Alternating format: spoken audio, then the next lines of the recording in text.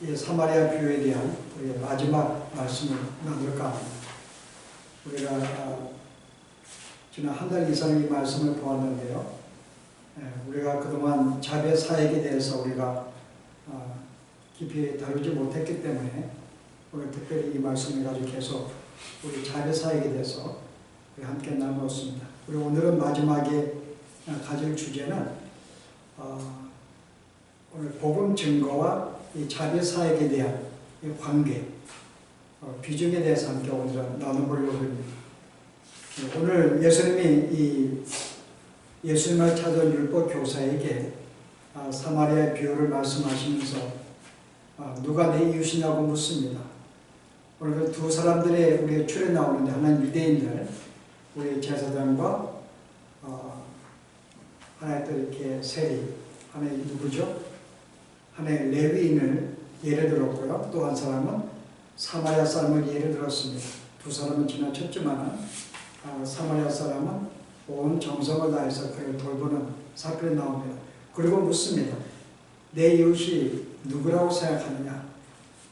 만약에 여러분들이 유대인이라면 쉽게 이 사마리아 사람이라고 대답할 수 있었을까요? 그 당시에 원수 같은 그런 관계였고 또 실은 인간으로 보지 않았던 이 유대인의 입장에서 볼 때에 정말 이 사마리아 사람이 참된 이웃이라고 말하기는 쉽지 않았을 것입니다.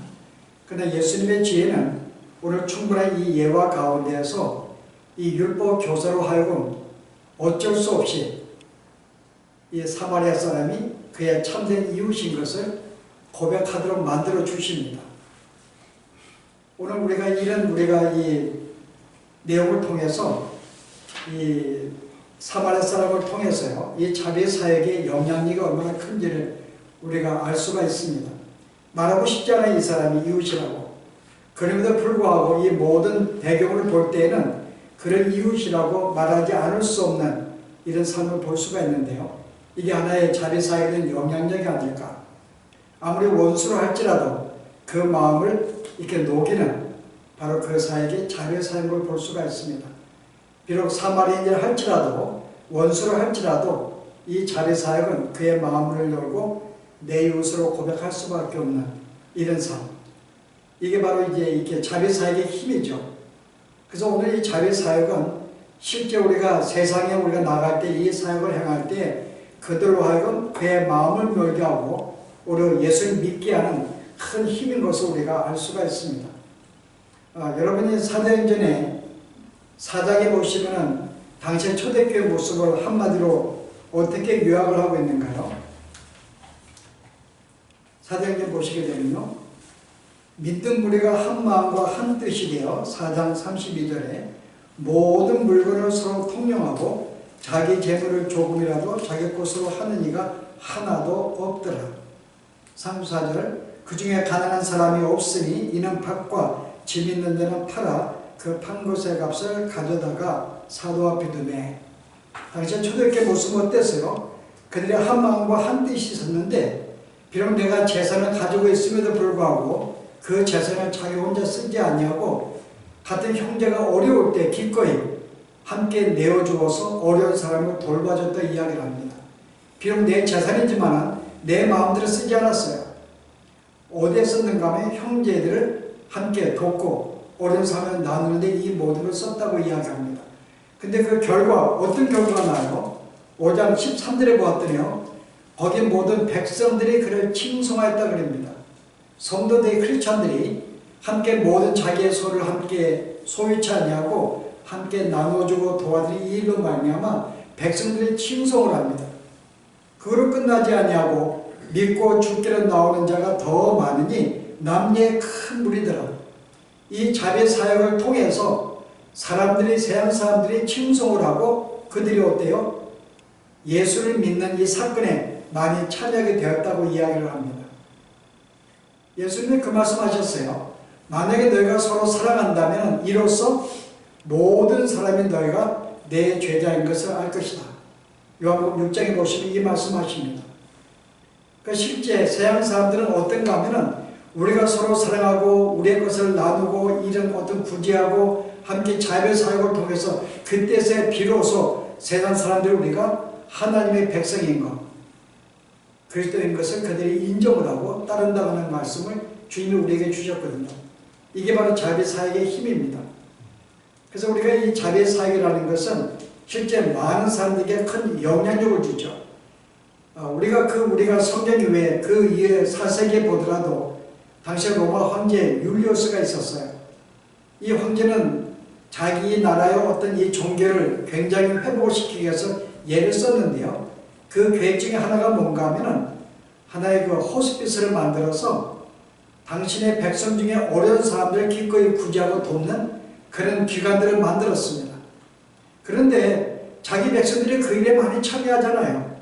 오늘 누가 참여했는가 하면은 자기들이 불경건하게 보았던 유대인들, 갈릴리 사람들이 이 일에 참여하는데 그가 보게 되었습니다. 그래서 그가 쓴 그 역사글에 의하면 어떤 말을 남기는가 하면은 실제 우리가 경건치 않게 여기는 저 갈릴리 이방 사람들이 자기들의 백성 중에 있는 가난한 사람을 돌 뿐만 아니라 우리 백성 중에서도 가난한 자를 돌아보았으니 우리 백성 중에는 그런 자가 없는데 이게 얼마나 부끄러운 일이냐 라는 그런 하나의 글을 남겼는데요. 이와 같이 당시의 성도들이 얼마나 이 이방인까지라도 구제사역에 자비사역에 힘썼는가를 볼 수가 있죠. 이 일이 모두에게 도전이 되었고 오히려 자기들을 부끄럽게 만들었던 그런 사건, 우리에게 이것을 하나의 역사로 볼 수가 있습니다. 그래서 우리가 오늘은 이 자비사역이 얼마나 이 복음사역의 큰 일을 감당하고 있는지, 오늘 우리에게는 큰 사명이 있습니다. 우리는 그래서 보통 복음사역이라고 해요. 말씀을 증거하는 사역, 우리에게 주어진 대사명이라고 생각을 합니다.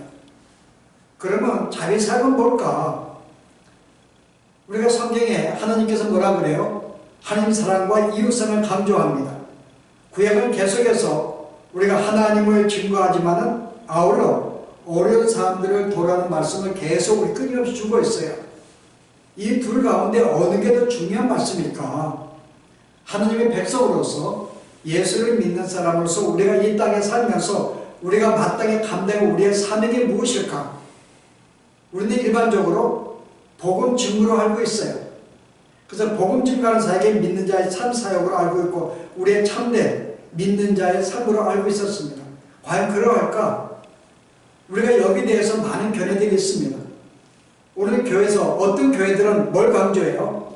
어떤 교회는 진짜 하나님의 참된 삶을 증거하는 것이 참된 우리가 이 믿는 자의 삶을 사는 것이다. 그게 뭘까요? 사회에 관심을 갖고 어려운 사람을 도와주고 그들에게 사랑을 실천하는 것. 복음을 증거하는 건 중요하지 않다. 복음 증거가 중요한 게 아니라 이 모든 복음 증거의 근본적인 목적은 뭐예요? 하나님의 사랑을 증거하는 것인데, 그러므로 실제 내가 복음 증거보다 실제 내 삶을 함께 나누는 것, 나의 것을 나누는 이 삶이 우리가 기독교인이 해야 될 가장 중요한 것이라고 주장하는 사람들이 있습니다. 우리가 이 개신교 내보면은 특별히 이 자유신학을 추구하는 우리가 그런 쪽에서는 거의 다 자비사역을 거의 강조해요. 복음 증거는 그들 주장하지 않습니다. 근데 반대로요. 우리가 전통적인 우리가 교회들은 뭘 주장해요? 복음 증거를 강조합니다. 그리고 자비사역을 한다 할지라도 그것은 하나의 그냥 보조 수단이죠. 내가 복음을 증거하는데 보다 효과적인 어떤 이 결과를 얻기 위해서 우리가 거기에 하나의 보조 수단으로 우리가 그 어려운 사람을 돕는 것, 자비사역은 하나의 보조 수단으로 생각을 해요. 그러나 가장 중요한 것은 뭐예요? 복음사역입니다. 복음을 증거하는 것. 그러나 어떤 교단은 더 깊이 나아가서요. 우리가 사역에 대해서 우리가 관심을 갖는 것은 전혀 교회의 책임이 아니기 때문에 우리가 가져야 할 관심은 복음 증거밖에 없다 라고 말하는 교회들도 있습니다. 자, 여러분들 어떠시대요?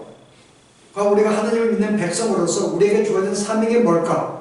가장 우리가 소중히 여기는 사명이 복음 증거일까? 주님의 사랑을 나누는 것일까? 아니면 실제 우리의 삶을 함께 나누어서 그들의 육체적인 필요를 나누는 이 삶이 우리에게 주어진 진정한 사명일까? 아니면 둘 다 균등하게 어느 하나를 강조하지 않냐고 둘 다 균등하게 해야 한다는 그런 교회들도 있습니다. 우리는 오늘 이 말씀 가운데에서 우리가 과연 어디에 우리가 보다 우선순위를 가지고 해야 될 것인가? 성경이 뭐라고 말씀하고 있는가를 우리는 살펴보아야 됩니다. 자, 성경이 뭘 말하고 있는가요? 성경은 우리에게 우리의 말씀 증거와 이 자비의 사역은 똑같이 하나의 필요한 사역이라고 우리에게 가르치고 있습니다. 우리가 구약에는 세 개의 크게 직분이 있어요. 하나의 선지자와 제사장과 왕의 직분이 있습니다. 둘 다 기름 부어서 세운 직분이죠. 그런데 이 세 개의 직분은요, 서로 역할이 틀립니다. 왕의 직분은 세상 사람들로 하여금 어때요? 주의 백성들로 하여금 죄를 멀리하고 선한 삶을 살도록 하나의 그들에게 인도하는 것, 이게 왕이 하는 일입니다. 선지자는요, 그들의 죄를 지적하고 주의 앞으로 돌아오게 만들고 영적인 일에 관여해요. 주의 말씀을 선포하는 것이 선지자의 사역입니다. 제사장은요, 이건 국률을 베푸는 거예요. 온 백성을 대신해 주 앞에 국률을 베풀려고 나아갈 뿐만 아니라 실제 모든 백성들의 어려운, 육체적 어려운 삶을 돌아보는 이 사역은 제사장의 역할이었어요. 우리가 신약에 와서도 마찬가지입니다. 실은 교회에서도 세 가지 직분이 있죠. 목사가 있고 장로가 있고 집사가 있습니다. 이 세 가지의 직분은 서로 역할이 틀려요. 목사는 영적인 일에 영역을 감당합니다. 말씀을 나누어요. 그들을 하나님께 가까우게 만듭니다. 죄를 멀리하게 만듭니다. 영혼으로 하여금 깨어지게 만드는 이 역할을 감당합니다. 그 다음에요, 장로의 역할이 어때요? 하나님의 백성들이 온전히 죄를 멀리하면서 하나님의 백성으로 살아가도록 여러 가지 면에서 지도하고 인도하는 그런 역할을 합니다. 집사는요, 만약에 목사와 장로가 영적인 일에 주어진 역할이란다면 집사의 역할은요, 성도들의 육체적인 필요를 나누어진 역할을 합니다. 그래서 우리 사도행전 어때요? 거기에 헬라파 과부들이 구제에 빠진 것을 보고 7명의 집사들을 세워서 그 구제에 전념하게 만듭니다. 그래서 실제 교회에서 이 집사의 역할은 영적인 어떤 우리가 영역이 아닌 어떤 사람들의 성도들의 육체적인 필요를 보고 공급하고 그들을 도와주는 역할이 집사의 직분이에요. 예수님 땅에 오셔서요, 실은 이 두 가지의 영역을 온전히 균형 있게 감당하셨습니다. 그는 그들에게 말씀도 가르쳤지만은 대부분의 사역은 어디에 썼는가요? 가난한 자들과 함께 어울리고 그들에게 힘주시고 위로하시고 병을 고쳐주시고 죽은 자를 살려주시고 귀신 들린 자 고쳐주시고 어떤 육체적인 필요도 함께 나눌 뿐만 아니라 말씀도 함께 나누는 걸 볼 수가 있습니다. 그래서 우리가 이 사역은 균등하게 육체적인 필요와 영적인 필요에 대해서 하나님의 둘 다 공급하기 위해서 이러한 직분을 주었고 주님 이 모든 사역 감당하신가. 그래서 이 사실은 뭘 말하고 있는가 하면 우리가 교회는 뭐예요? 어느 한 사역만 강조하는 것이 아니라 영적인 분야와 육체적인 분야 둘 다 균등하게 놓고 우리가 이 사역을 감당할 것을 우리에게 말씀하고 있고 우리에게 명하고 있습니다. 우리가 그런 점에서 우리가 복음 증거도 나누지만은 또 한편으로는 우리의 삶을 함께 우리가 나누어서 우리가 자비의 사역에 힘쓰는 것, 이게 우리에게 주어진 균등한 우리의 어떤 우리의 사역이죠. 우리가 해야 될 감당 문제입니다. 여러분이 사도행전 복음서에 보시게 되면은 우리가 마태복음 5장에 보시면 산상수훈이 나와요. 자, 산상수훈은 특별히 어디 영역에 두고 말씀하신 걸까요? 심령이 가난한 자, 의에 줄이고 목마른 자. 자, 어디에 초점을 두었는가요? 영적인 분야입니다. 영적인 분야에 두고 말씀해 주었어요. 가난한 자, 심령이 가난한 자. 근데 누가복음 보시게 되면요, 누가복음 똑같은 말을 육체적인 영역에 관심을 두고 이야기하는 걸 볼 수가 있습니다. 한번 누가복음 6장 보실래요? 어떻게 말하고 있는지.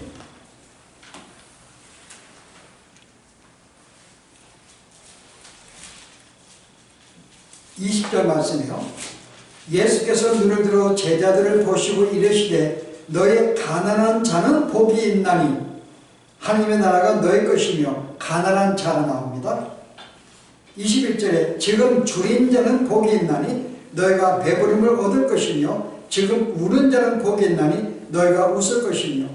여기에 실제로 영적인 가난이 아닌 육체적인 가난한 자, 육체적으로 줄인 자, 육체적으로 우는 자들은 복이 있다고 이야기를 해요. 물론 우리가 이것은 배경이 우리가 설명이 좀 필요합니다. 주를 믿는 것 때문에 직장에 쫓겨날 수도 있고 왕따를 당할 수도 있고 불이익을 당할 수가 있습니다. 또 예수를 믿는 것 때문에 이 삶을 나만을 쓰지 아니하고 다 함께 나눠 쓰기 때문에 가난의 삶에 처할 수도 있습니다. 그래서 여기서는 특별히 영적인 어떤 심령에 가난하거나 여기 다르지 않아요. 이제 육체적인 삶을 다룹니다. 그러나 이렇게 살라는 말씀이 아니죠. 내가 주님을 위해서 어때요? 육체적인 어떤 가난을 내가 사는 사람 복이 있는데요. 그냥 두지 아니하고 초대교회는 오히려 이런 사람들과 함께 나눴다는 것입니다. 비록 내가 그것을 내가 나누어 가난한 자가 되었지만은 함께 믿는 성도들은 그를 가만히 두지 아니하고 또 그를 한번 나누는 거예요. 그래서 가난한 자가 없다고 이야기를 합니다. 이게 초대교회 모습이었어요. 나는 스스로 나의 삶을 나누었는데 나의 재물을 나누고 나의 모든 시간을 나누었는데 오히려 다른 형제들이 나를 도움으로 말미암아 실제적으로는 가난한 자가 없었다고 이야기를 하죠. 그래서 오늘 이 사역은요, 오늘 성경은 우리에게 주께서 우리에게 말씀하시기를 우리에게 어떤 하나님을 증거하고 주의 사랑을 나누는 이 말씀의 사역도 중요하지만은 또 한편으로는요, 이제 육체적인 삶을 함께 나누는 것, 우리의 재산이나 우리의 시간을 함께 나누어서 형제들의 필요를 도와주는 것, 이것도 우리에게 백성에 주어진 하나의 사명이며 우리가 감당할 귀한 몫인 것을 우리에게 말씀해 주고 있습니다. 두 번째 생각할 것은요, 이 말씀의 사역과 이 어떤 이 자비 사역, 이 행함, 이 자비 사역은 어떤 관계에 있는가? 서로 상호 보완적이고 공생 관계에 있다는 것을 우리에게 말씀해 줘요. 상호 보완적이며 공생 관계입니다. 여러분, 공생이라는 말은 기생하고 틀려요. 기생은 한 기체가 어떤 다른 기체에게 매달려 가지고 그가 고통을 주고 어려움을 주고 죽이기도 합니다. 자기가 살기 위해서. 그러나 공생은 뭐예요? 상호 의존적인 관계입니다. 서로 함께 의존해서 관계를 살아가는 존재, 서로 보호해주는 관계가 이게 공생 관계예요. 이 자별 사역과 말씀 사역이 바로 이렇게 상호 보완적인 공생 관계라는 거죠. 공생 관계는 무슨 말인가 하면은 한쪽이 만약에 작동하지 않으면은 다른 한쪽은 죽게 되어 있습니다. 내가 그를 살기 위해서 의존할 수밖에 없어요. 근데 그가 죽어 있으면요, 나도 함께 죽을 수밖에 없는 것입니다. 이것은 무슨 말인가 하면은 내가 한쪽의 사역을만 하고 한쪽 사역하지 아니할 때는 그것은 곧 죽게 된다는 것을 말하고 있죠. 그게 이사야에 있는 1장의 말씀입니다. 1장에 보면 내가 나에게 와서 수많은 재물을 드린다 할지라도 그게 무슨 소용이 있느냐라고 이야기하죠. 11절에요. 여호와께서 말씀하시되 무수한 재물이 내게 무엇이 유익하뇨? 나는 수양의 번제와 살찐 짐승의 기름에 배불렀고 나는 수송아지나 어린 양이나 수염소의 피를 보지 아니하였느니라. 백성들이 나와서 예배 드렸어요. 살찐 송아지를 드립니다. 수많은 짐승을 드리고 긴 길을 드렸는데 뭐라 그래요? 이것이 내게 무엇이 유익하냐 라면서 그 다음에 뭐라고 이야기를 해요? 너희가 손을 펼 때 내 눈을 너에게 가리고 너희가 많이 기도할지라도 내가 듣지 않을 거야. 내가 영적으로 열심히 기도하고 말씀을 상고하고 예배한다 할지라도 나는 너희의 기도를 듣지 않을 것이다. 그 이유는 뭐라고 이야기하죠? 너희는 스스로 씻으면 너희를 깨끗하게 하며 내 목전 너희의 악한 행실을 버리고 행악을 그치고 선행을 배우며 정의를 구하며 학대받는 자를 도와주며 고아를 위하여 신원하며 과부를 위하여 변호하라 하셨느니라. 무슨 말씀이에요? 너희가 실제 삶 속에서 어려운 자를 돌아보지 아니하고 자비를 베풀지 아니하고 뭐예요? 선행을 행하지 아니하고 나에게 나와서 수많은 예배를 한다 할지라도 그 예배는 아무 의미가 없는 것이고 받지 않겠다고 이야기하는 거죠. 바로 이게 상호 보완적인 공생관계입니다. 무슨 말인가 하면 내가 예배한다 할지라도 자선사역을 하지 아니한다면은 그것은 아무 의미가 없는 헛된 재물이라고 이야기하는 거죠. 반대로요, 내가 아무리 구제하고 도와주고 봉사하고 나의 몸을 불쌍하게 내어준다 할지라도 복음을 증거하고 이 사역에 만약에 없다면요, 말씀 증거가 없다면 이 자체도 의미가 없다고 이야기하는 거예요. 둘 다 상호 보완적이면 공생관계라는 것입니다.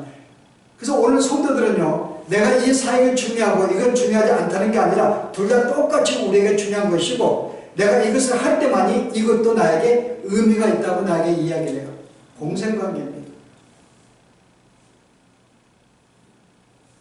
자, 우리 하나 더 살펴볼 것은요, 마지막은 실제 이 두 가지의 사역은 둘 다 어떤 관계가 있는가? 둘 다 인간의 필요의 가장 근본적인 뿌리에 근거하고 있다는 거죠. 둘 다요. 자, 사람은 영혼과 육체로 되어 있습니다. 뭐가 더 중요할까요? 영혼과 육체가요? 우리는 보통 영혼이 중요하고 육체가 뭔가 덜 중요하다고 생각하기 쉽습니다만 성경은 그렇게 말하고 있지 않습니다. 성경은 우리의 영혼과 육체가 둘 다 중요하다고 이야기해요. 인간이 범죄한 다음에 우리의 영혼은 하나님을 잊어버리게 되었습니다. 고통을 당하게 되었어요. 영적 죽게 되었습니다. 육체는요? 육체도 인간의 죄로 말미암아 육체도 고통을 당합니다. 수고해서 열심히 일을 해야지만이 먹고 살게 만들었어요. 병이 들게 만들었습니다. 죄로 말미암아 병도 들었어요. 사망도 오게 되었습니다. 육체적인 모든 고통은 뭐로 말미암아? 죄로 말미암아 오게 된 거죠. 그럼 참된 구원은 뭘까요? 구원은 영혼만 구원받는 게 아니에요. 우리의 이 육체도 함께 회복하는 것입니다. 그래서 우리가 예수를 믿는 순간 우리의 영혼은 예수의 피로 말미암아 구원을 받게 되었습니다. 영혼이 소생하게 되었죠. 주님과 평강을 누리게 되었습니다. 우리의 육체는요, 주님이 오시는 그날은 우리의 육체도 호련히 거룩한 어떤 영체, 영광스러운 몸으로 변화가 되어서 이 영혼의 이 몸이 영원한 세계에 살게 될 것입니다. 구원은 영혼만 있는 게 아니에요. 육체도 함께 있습니다. 이래서 우리는 육체가 중요하지 않고 영혼이 중요하다고 말해서 둘 다 중요합니다. 근데 우리가 하고 있는 말씀 사역과 어떤 복음의 증거와 자비 사역은 이 두 영역에 꼭 필요한 것들이라는 거죠. 말씀 사역은 어디에 필요해요? 영적인 영역에 필요한 것이죠.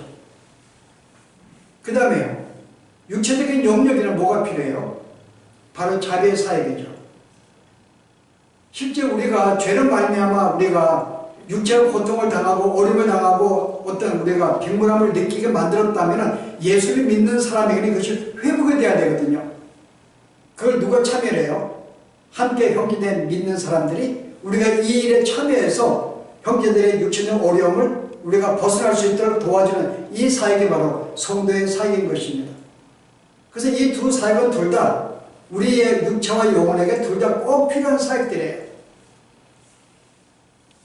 그래서 이 두 가지 사역이 둘 다 인간의 근본적인 이 필요에 근본의 필요를 두고 있기 때문에 우리는 어느 한 사역에 우리는 중심을 우리가 둘 수가 없는 거죠. 둘 다 강조해야 되고, 우리가 시키는 가운데서 어린 게 더 중요한가 물은다는 그런 황당한 것이죠. 모든 개념은 다 중요한 거예요. 마찬가지로 우리에게는 함께 말씀을 나누고 우리가 복음을 증가하는 이 사역 외에 똑같이 중요한 것이 뭔가 하면은 함께 성도들에게 어려운 사람을 돌아보는 이 사역 또한 똑같이 주어진 개념이고 우리에게 명령이며 계획에서 행해야 될 우리의 일이라는 것을 성경이 말씀해 주고 있습니다. 우리가 이런 점에서 오늘 말씀 사역과 우리가 행하는 자비 사역, 이 둘 다는 마땅히 이 땅의 성도들이 은혜를 받은 자들이 이 땅에 살면서 마땅히 행해야 될 주의 일이 아닌가. 그래서 우리가 이 말씀을 듣고서요, 우리가 지금부터 우리가 늘 어떤 영혼에 신경 쓰고 어떤 영적인 일에만 관심을 두는 게 아니라 실제 우리의 같은 주를 믿는 형제들, 또 우리의 이웃들에게, 내가 만나는 모든 사람들에게 어떤 육체 어려움을 당할 때 어때요? 우리는 그걸 통해서 그들을 끌어들일 수 있는 힘이 있습니다. 예수 안 믿는 사람에게 똑같이 이 사역의 수단이 아니라 함께 자비의 사역을 나눌 때는 오히려 그들로 하여금 그걸 통해서 그들의 문을 열고 복음을 받아들일 수 있는 좋은 기회를 만들 수가 있습니다. 믿는 자들에게는요, 영과 육체의 온전한 구원을 이룰 수 있는 그 길을 우리가 제공해 주는 것이죠. 우리가 이 사역의 중요성을 알고 다시 우리가 남은 생에 하나님의 사람으로서 이 땅에 어떻게 사는 것이 가장 중요한 일인가, 우리가 두 사역 다 중요한 사역인 줄 알고 우리가 그 사역의 주 앞에 충성히 행하며 살아갈 수 있는 귀한 도전과 결심이 있기를 바랍니다. 기도하시죠. 오늘 저희들에게 다시 한번 이 자비 사역의 중요성을 말씀하신 하나님, 우리는 그동안 주님의 사랑에 대해서 주님을 찾고 예배하고 기도하며 복음 전도하는 이 사역에 우리가 신경을 썼는데, 이해 못지않게 주님께서는 형제가 어려울 때에, 육체의 필요성을 느낄 때에 그들에게 찾아가서 기꺼이 우리의 모든 것을 함께 나누면서 그들을 세울 것을 우리에게 말씀하신 주님, 너희들 이와 같이 행하라. 우리에게 주신 귀한 명령인 줄 알고 우리가 이 명령을 붙잡고 이 땅에 충성되게 살아갈 수 있도록 저희들을 도우시고 인도하여 주시옵소서. 예수 이름으로 기도합나이다.